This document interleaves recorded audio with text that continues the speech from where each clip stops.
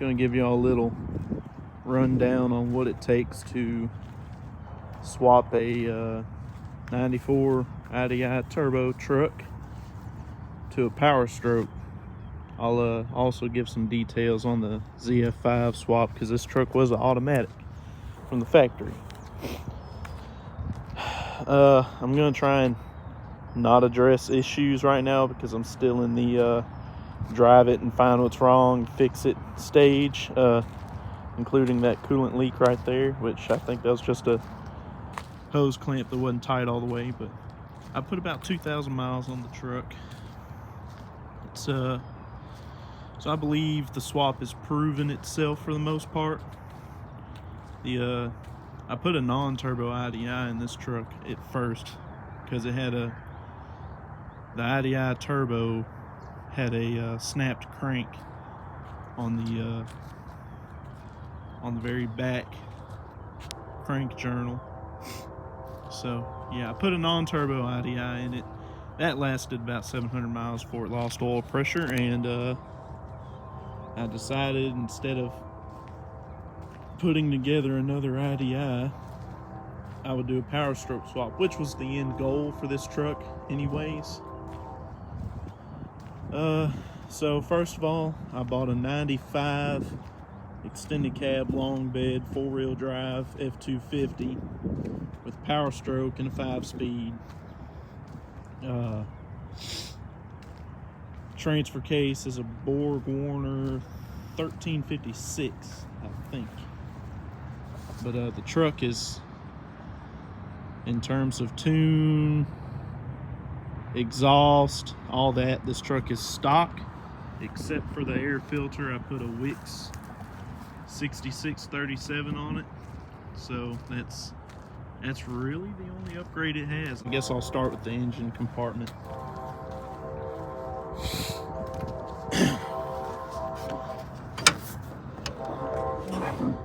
So since the donor truck was an early 95, I was able to reuse my big ass aluminum radiator from my IDI because the hose locations are in the right spot, which if I got a newer motor, I could just get the older water pump with the and then put this water inlet on it, and it'd be the same thing.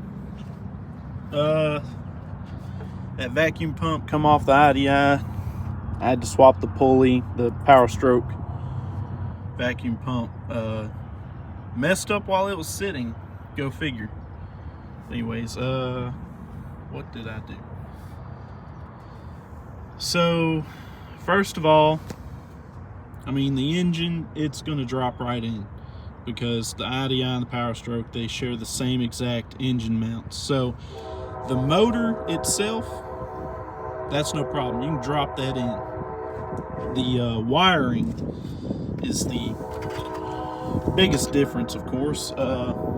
This being a 94, early 94, I guess they tapped the fender for these IDMs, unless the gassers used that same style mount. But anyways, this truck already had the factory holes, so the IDI or IDM bolted right up. The PCM goes in the same spot as the IDI transmission computer went. You got to change out this with all of its wiring attached from here. It runs along the fender, comes up, your headlights and everything are routed through it. This wire harness goes all the way behind the radiator, along here, right here, and then it comes up to this, and that's where it stops. It comes up to this solenoid and it stops. The alternator harness is on its own. It runs to the solenoid as well. And then this wiring here, this wiring right here, I believe I kept off of the IDI. I mean, any diesel, any turbo diesel is gonna have this, I believe. Maybe the gassers have it, I don't know. I don't have much experience with them, but anyways, you need that. I did have to cut and splice the wiper motor harness because this motor was brand new. I wasn't going to pull it off. This was with the truck. And the IDI in very early Powerstrokes used this 2 connector setup. The Powerstroke I got had a 1 connector harness, but the wire colors are the same. You just splice them appropriately and it works like it should. Yeah, this is part of the fuse box. So anyways, just plug in, if you're going to go with this big ass filter, just plug your sensor in and then stick it in the fender. I mean, it does the trick. It works. What else? The pulley, the IDI does use narrower pulleys on stuff like the alternator. You can reuse the IDI alternator, and you can reuse the AC compressor, but you would have to swap the pulleys. Other than that, you know, coolant hoses, they're going to be about the same, but just go ahead and put new ones in. My truck, even though it's a turbo IDI from the factory, did not have that insulation at the back. So I had to pull that off the parts truck to make that work. And not all of the holes on this insulation have bolts on the firewall. So some of the dash studs are sticking through the firewall. Just poke you some new holes on there and put a nut and a washer over it, and then use whatever you can to secure it. And it's all right. It's not perfect, but it's held in there pretty good. What else?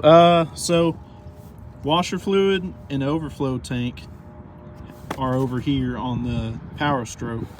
They're over there on the IDI. If you're using an earlier truck, the factory airbox could probably be made to fit, but some of these holes and stuff that are here are different on the Powerstroke, so I just did this. You know, some people call it an upgrade, some people don't. I would prefer the stock setup, but these work just fine. Haven't had any issues with them on other trucks, so screw it, I'm running it. I believe that's it for the engine bay. So the donor truck was a red interior. So if the donor truck has the same color dash, just swap the whole dash out. If you want to do an interior color change and the parts truck has the right color, put the dash out of the parts truck in.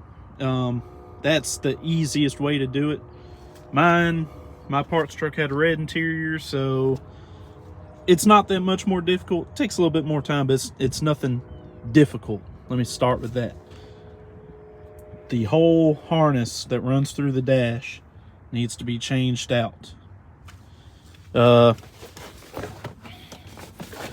Another difference, I found a wiring difference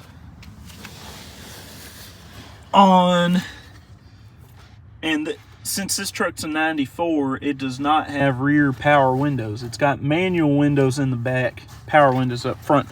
And so I think that's what caused this wiring difference. But you see these? The donor truck, even though it was an extended cab, had these extra wires, which I assume are for power windows. You know, they use the same harness across all cab configurations. And they probably just terminate the wires elsewhere just to keep the dashes, you know, universal. So the Powerstroke dash harness had a big old like 12 wire square connector, whereas this truck and a lot of the gas trucks that I've seen have a this round connector, and this is just for your speakers. You may have some wiring going to your third brake light, but I think this is all just speaker related. Don't quote me on that. I couldn't find the square connector for this side, so I went to the junkyard and found this connector here and just spliced it in. Not a big deal.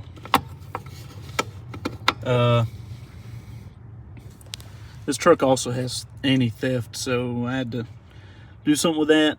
I gotta figure out a cleaner way to mount it, but for right now, it works. It does the job.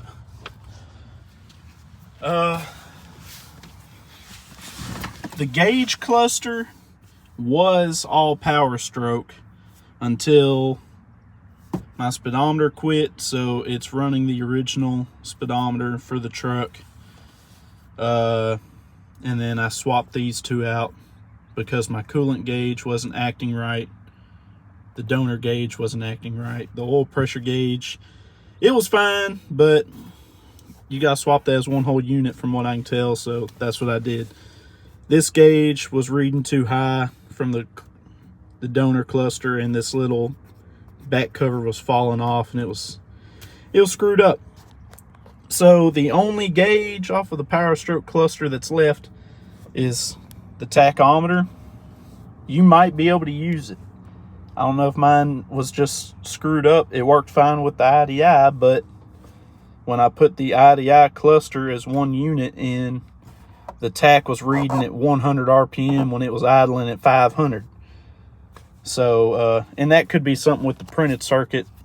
The printed circuit on the back of the cluster, that could be the issue. But the only difference visually that I can tell between these two tachometers is the ABS symbol. The newer ones have the little circle in the lines for ABS. The old one just says ABS. And there's not a light on the gauge itself. That's just a cover, and the light sits behind it. So that might not make a difference. Check engine light is there on both of them, but I haven't seen it come on. Let me see. Yeah, haven't seen it come on, so I don't know. You do have to use the Powerstroke dash harness because the Powerstrokes have this diagnostic connector. So keep that in mind. But other than that, there's no major wiring changes I had to do. The next thing that's different is the fuel lines. The fuel lines from the selector valve forward, which the selector valve sits about right there on the frame rail, if I'm not mistaken. I'll crawl under there in a second and look. But the fuel lines from the selector valve forward are different. So you need to keep those off the Powerstroke because, you know, the IDI runs to the right side of the frame rail for the feed for the mechanical fuel pump, and then the return runs up to the back of the motor. Powerstroke both run up the frame rail. You can see them down there. They both run up the frame rail to the driver's side, and then they come up the front of the engine. So that's where the difference is. So here's where the hard line starts, and this is all I had to do right here to the selector valve right there, and just put some hose clamps on it. It works just fine. The wiring's the same. That does not have to be changed. If it's possible, make sure that downpipe is on before the transmission is bolted up, because me and my buddy fought that for a good couple of hours. Would not recommend. We did have to beat the firewall to clearance it. We did have to change the cab mounts, cab bushings. That is another thing I would recommend. These trucks are, the newest truck is 28 years old, maybe 27 depending on its build date, but the newest of these trucks is generally 28 years old. The bushings are going to be wore out on the cab, and wore out cab bushings will have the cab sitting lower, and you will not clear that downpipe. So that is another thing I did is the cab's got all new cab bushings. So yeah. Another thing, the exhaust. While we're on the exhaust, the IDI exhaust is 2.5 inch. The Powerstroke exhaust is 3 inch. So make sure, even if it's not the same cab length, unless you're buying a whole new exhaust system, make sure you keep the exhaust. Yeah. Me, I scrapped the truck. So my buddy has a crew cab long bed Powerstroke at his house. He let me have his exhaust pipe, so that fixed that. I'll give you some details on a ZF5 swap. Basically, the automatics have that little cover. I mean, it's all self-explanatory, but I'm here, so I'll explain it. The automatics have a cover over that. I mean, you can see the fresh paint outline where the cover used to sit. Master cylinder bolts right up to it. There is a clip underneath the cab that secures that line from the factory. It just, the clutch hydraulic line slips right into it. They made them all easy like that.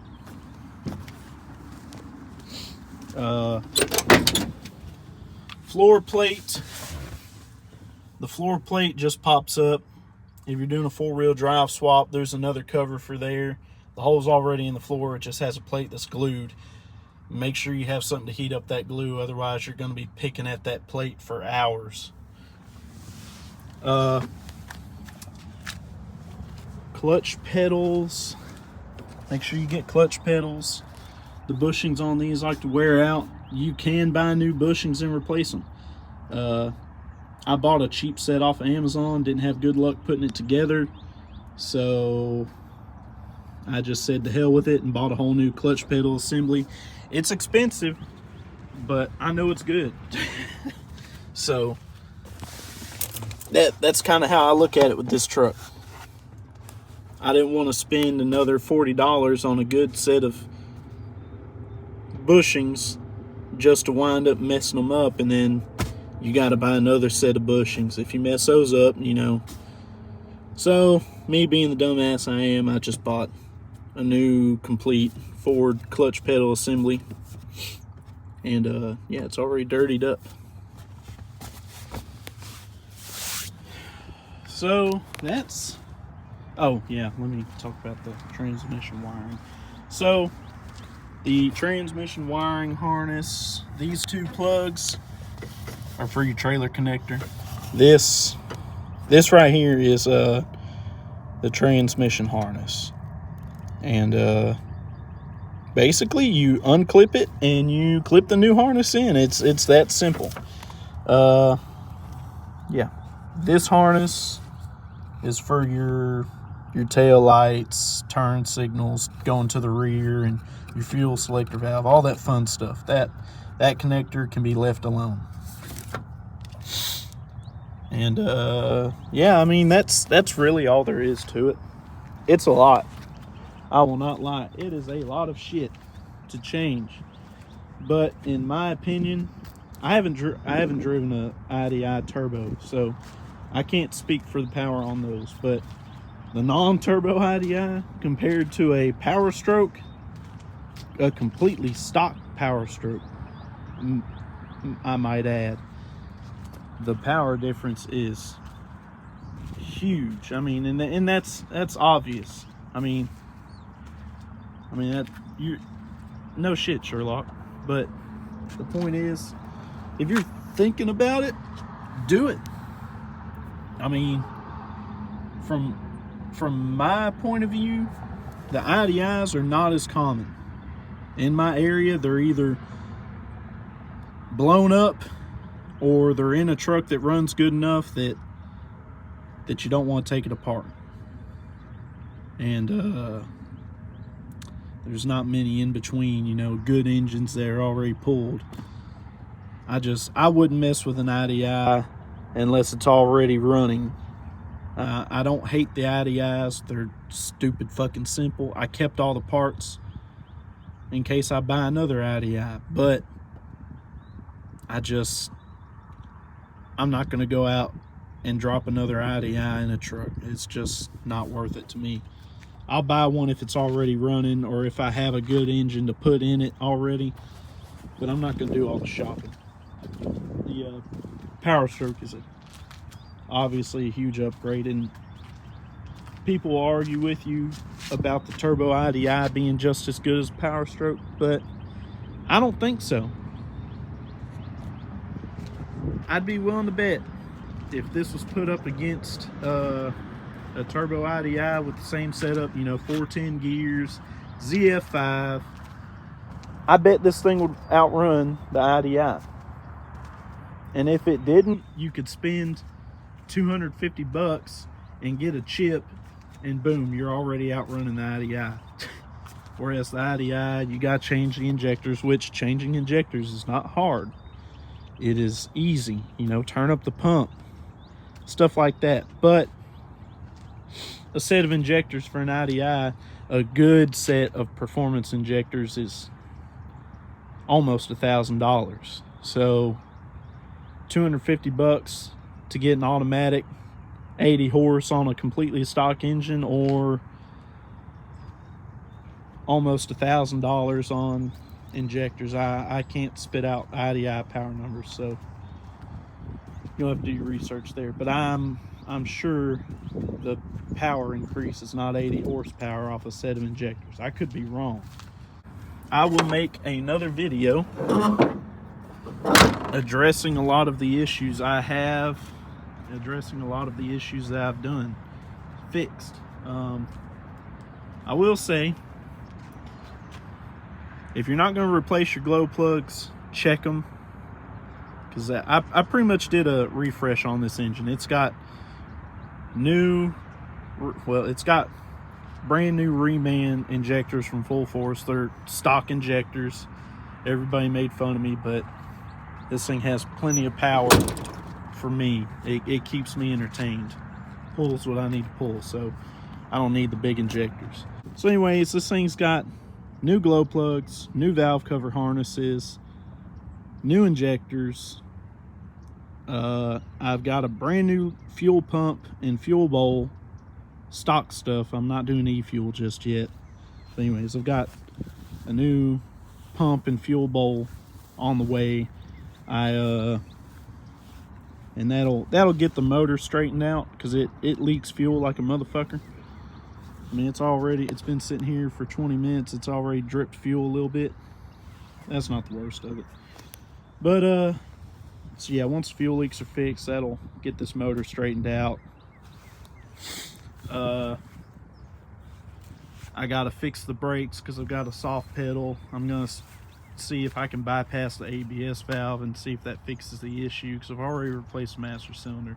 It's better, but it's still not right. What else? I gotta replace the clutch hydraulics. I borrowed these off my buddy's OBS Powerstroke because I took this thing on a 1,200 mile trip. As soon as I get back home, the clutch hydraulics failed. So yeah, I did have to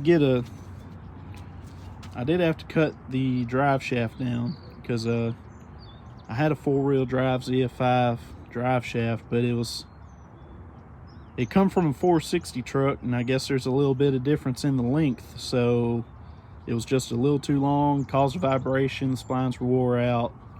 So I took the automatic 2-wheel drive shaft and had them cut down the front section and reused the rear section off the 2-wheel drive automatic. Smooth as butter. These are Dodge wheels, 2nd gen Dodge wheels.